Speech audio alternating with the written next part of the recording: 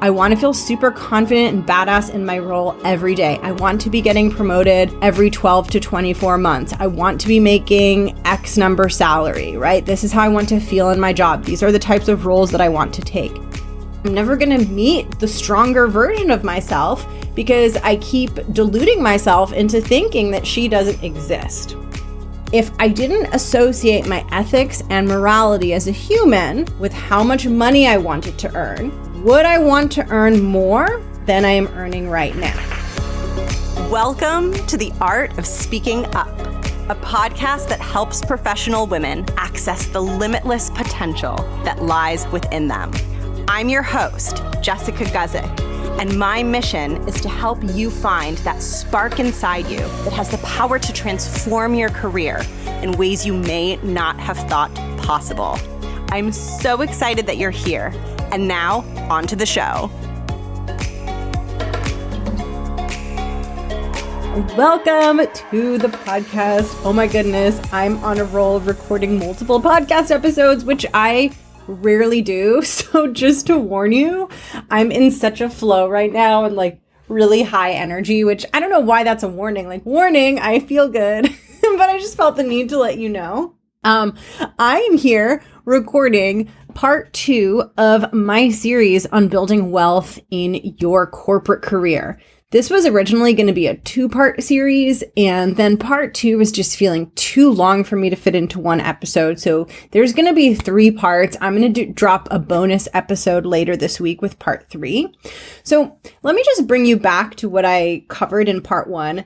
Definitely, if you are interested in earning more than you are currently earning in your 9-to-5 career, go back and listen to part 1. It's super important.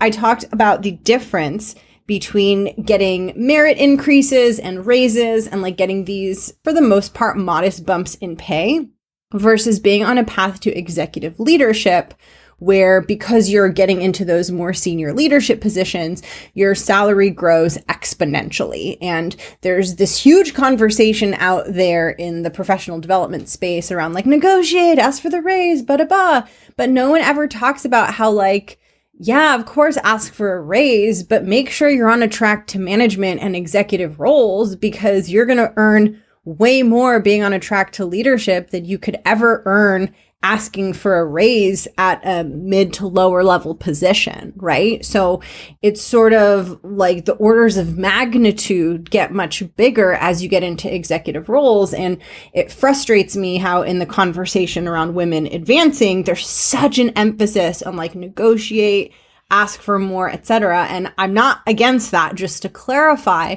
But I think it's ignoring an even more important, bigger part of the conversation, which is like, yeah, ask for that 10K raise, ask for that 20K raise, right? Ask for that 50K raise. But also, if you want the 100K raise or the 150K raise or the much bigger raise that gets into higher numbers, make sure that you're on a track to management and executive leadership, because that's where there are significant amounts of wealth to be earned. And that's where us as women are underrepresented, right? And as women, we're underrepresented as a whole, and women who hold another marginalized identity are even more underrepresented. And so I think it's just really important to broaden the conversation and say, yes, of course, ask for raises, negotiate salary, right? Like get that pay bump.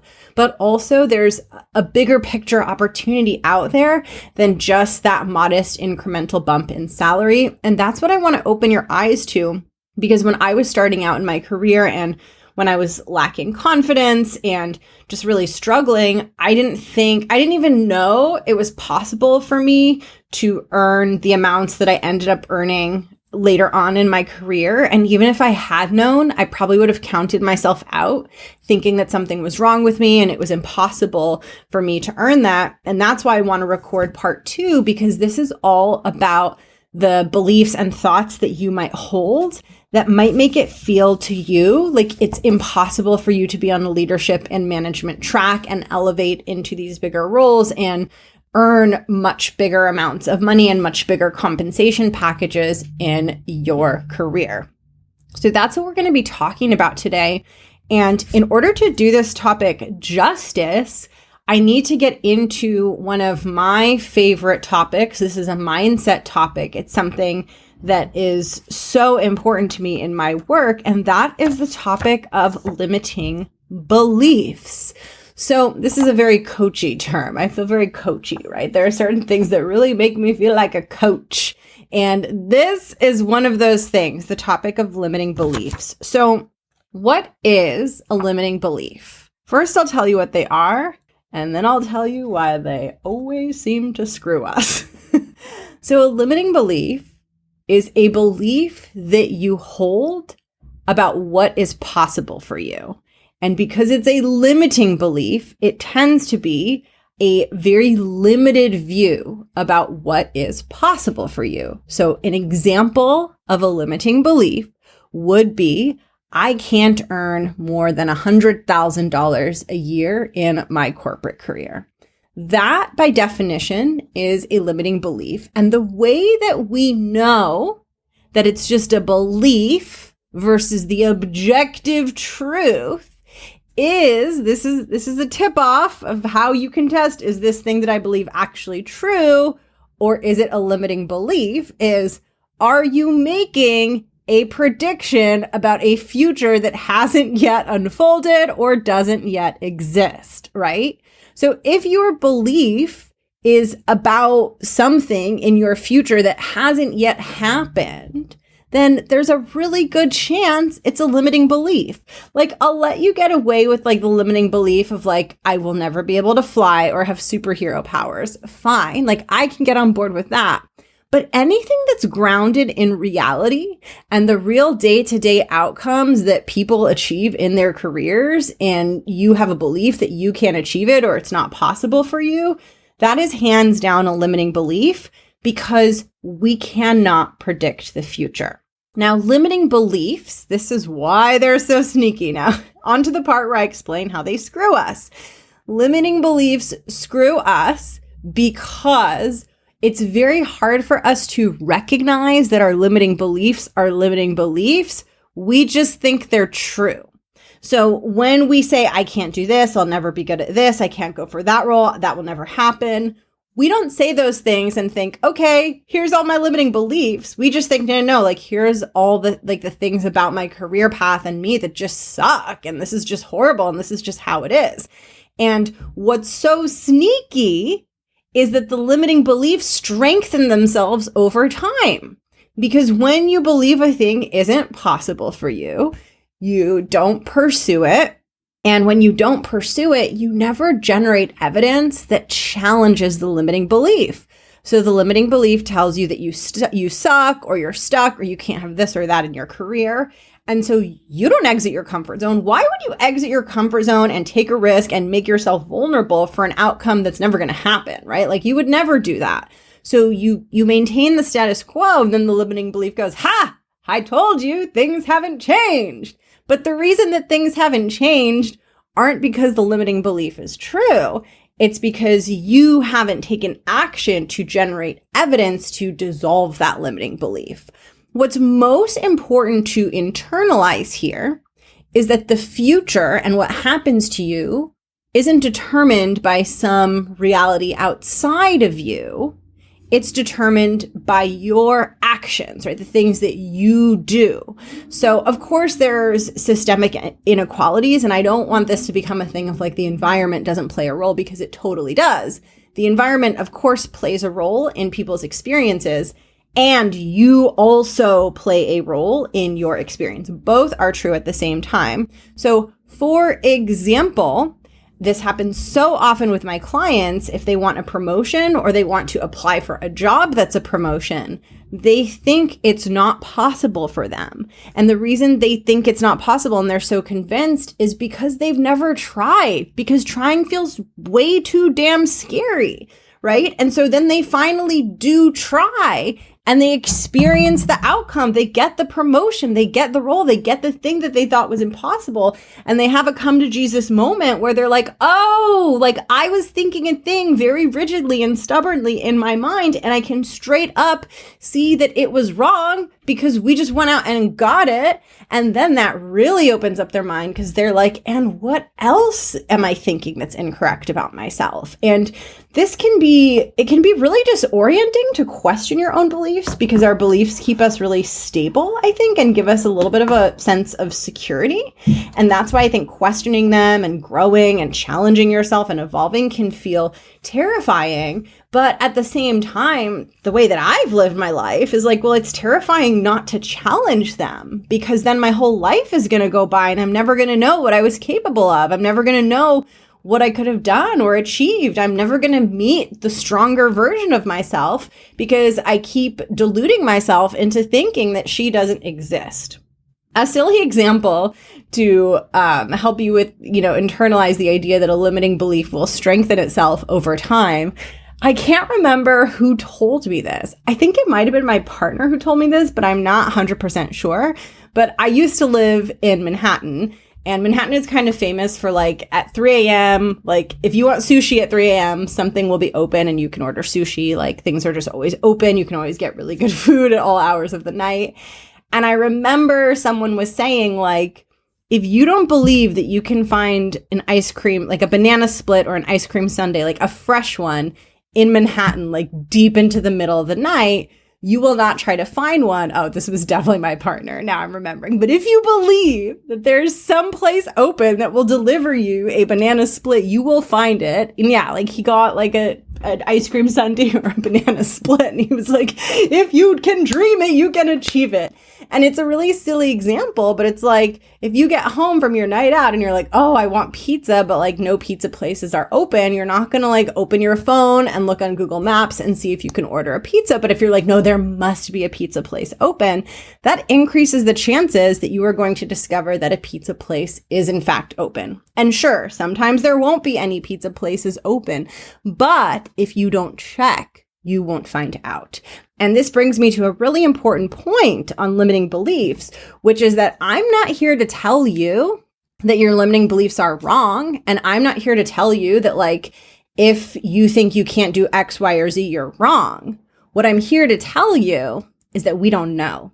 We just don't know what's possible for you. And the only way we find out what's possible is by testing the limits of possibility. And what we usually find, and what I find with every single one of my clients, is that their view on what was possible was way too small compared to their level of talent and their level of actual potential. Now, what does this have to do with building wealth in your corporate career? I think one of the biggest reasons that someone might desire wealth, but not actually go out and build it in their corporate career is because they don't believe it's possible for them. It feels too good to be true. They don't think they're good enough. They don't think they're talented enough. They don't think they're perfect enough. And so they keep themselves small and they lie to themselves and delude themselves into thinking that they're happy at the level that they're at and that they don't want more. And this is what I did. I went through a phase in my career where I was like, I like making barely enough money. Like, I don't want more. I'm fine. And I was lying to myself. I was straight up lying to myself. I didn't like it. I didn't like saying no to things. I didn't like not being able to have the things that I wanted, right? Like I didn't like not being able to be as generous as I wanted to be in the world. I didn't like those things, but it was too hard for me to face my fears of whether or not it was possible for me. So I pretended like I didn't care and I pretended like it wasn't a big deal, but it was. I wanted financial flexibility. I wanted choices. I wanted freedom.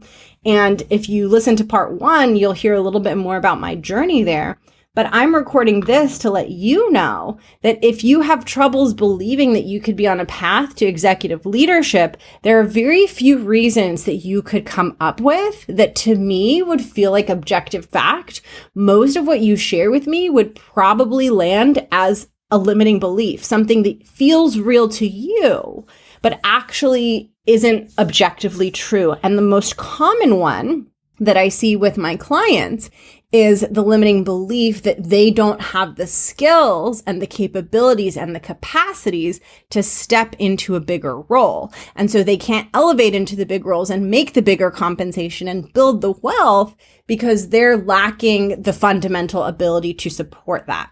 Now, there's two big errors in thinking there. One is assuming that they lack the capability and forgetting about all the things that they are good at, right? Like if we're going to look at where you're not good, we also need to look at where you are good, right? But the second, which I think is equally important, is the idea that just because you don't know how to do something now or you're not good at something now doesn't mean that's going to be your skill level forever, right? So you're underestimating your current capabilities and you're underestimating your potential to stretch and grow and develop new capabilities. So you're doing all of this underestimation and your mind is spitting out this limiting belief that it's not possible for you. But you know the saying, like garbage in, garbage out? Like your that belief that you can't have it is often based on an underestimation of your true talents and your true capabilities, right? It's so hard for us to see where we're strong. And one thing that I think is so important for you to understand is that as you elevate into executive roles, you don't have to be good at everything, right? In fact, you just need to be really good at one or two things. And then all the other things that you're not as good at, your team is going to execute for you. So I actually felt like things got easier as I elevated in my career because there were so many things that I used to have to do in my role that I didn't have to do anymore. So it's so important to check your assumptions, right, about what is required.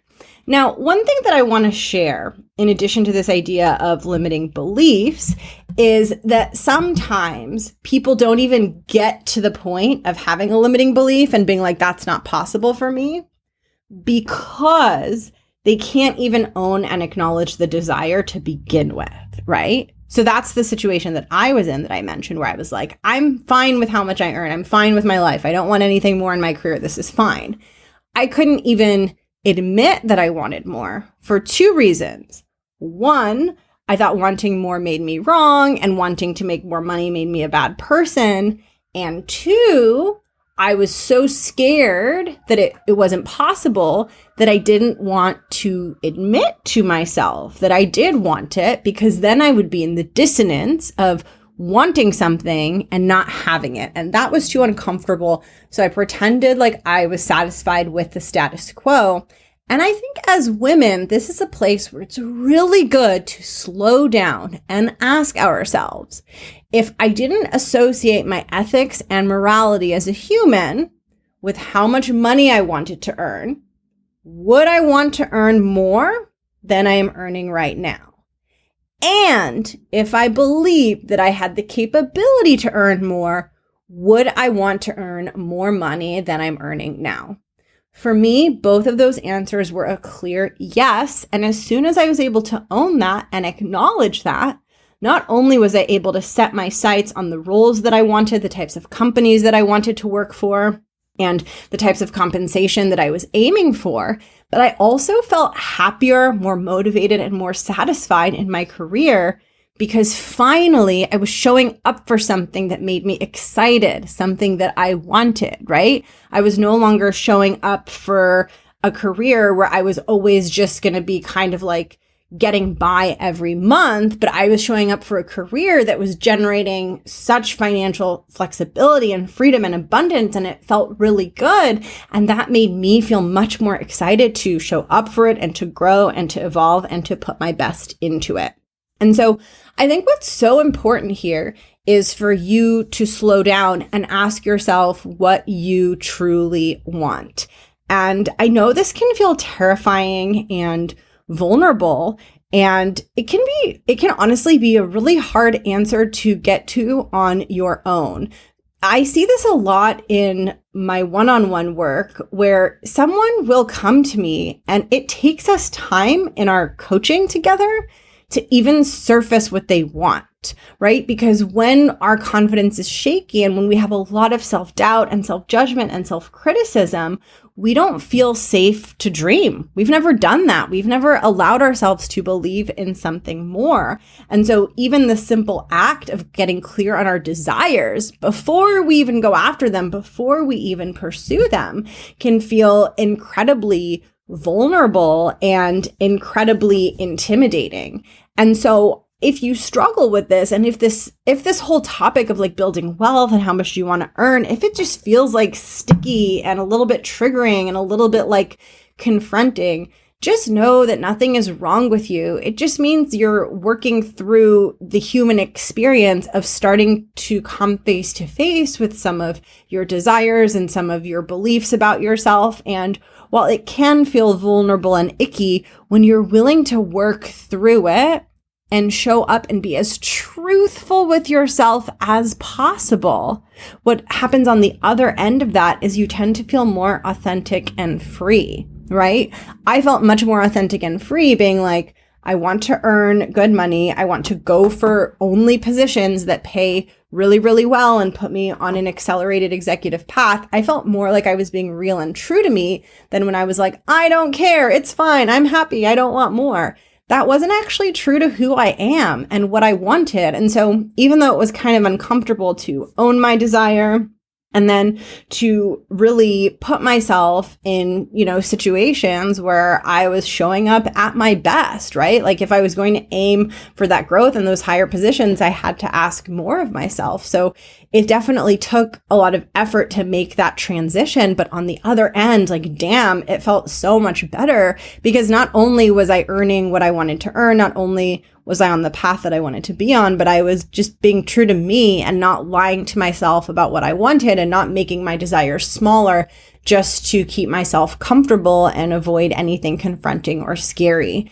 And so I know that when it comes to our desires, whether it's growth, whether it's confidence, whether it's wealth, like whatever the desire is, I know that admitting it and acknowledging it on its own can be very, very difficult. And I think sometimes, I'm sharing this about myself. I think I take even for granted that like it's easy to figure out what you want and to own that within yourself. But I think that when you're fortifying your self-confidence and really learning to believe in yourself, it can be even really hard to declare, I want to feel super confident and badass in my role every day. I want to be getting promoted every 12 to 24 months. I want to be making X number salary, right? This is how I want to feel in my job. These are the types of roles that I want to take. It can feel really hard to declare that and own that, especially if there's a gap between where you are and where you want to end up.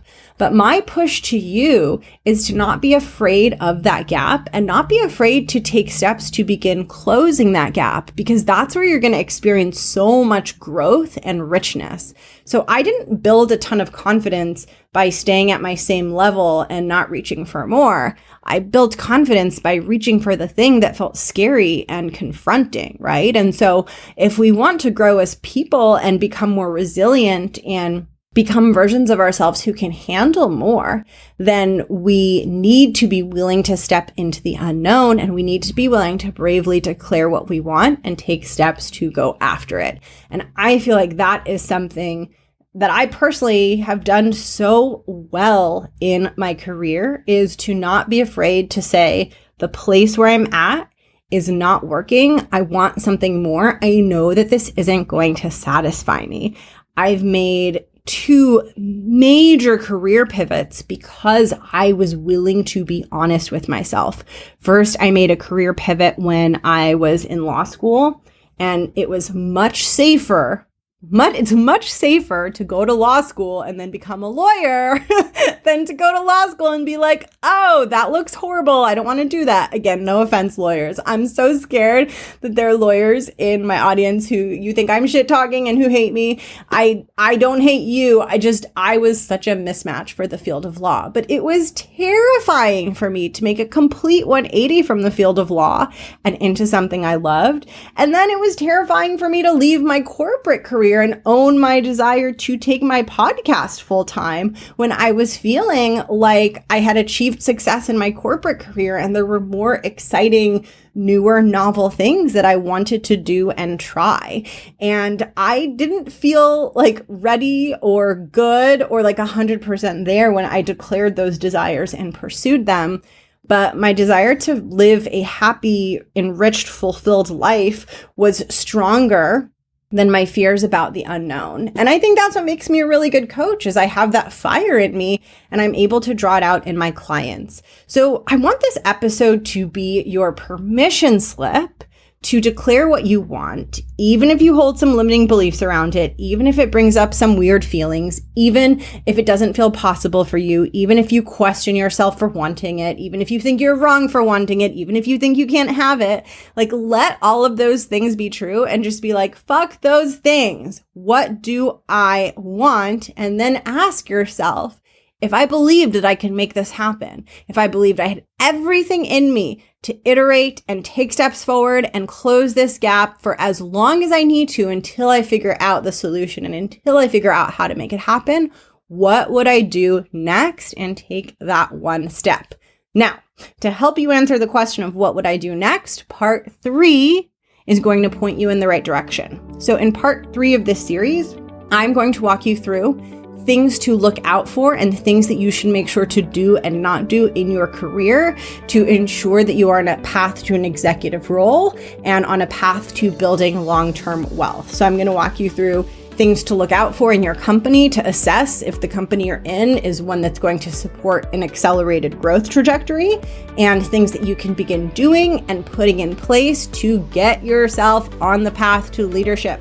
And spoiler, one of those things is going to be growing your confidence and increasing your visibility, right? Being someone who speaks up in the room, who gets noticed in meetings, and who develops a very powerful reputation through their presence and through their contribution in meeting rooms, which is a huge thing that I help you with on the podcast. But if you want to get more serious about becoming a voice and a presence in meetings that gets you noticed and gets you on an accelerated path to leadership, head over to my website to join the waitlist for the Art of Speaking Up Academy, which you can find by going to jessgazetcoaching.com/academy. And tune into part 3 because we're going to dive much deeper into this, and I will catch you there. Have a beautiful day. Bye.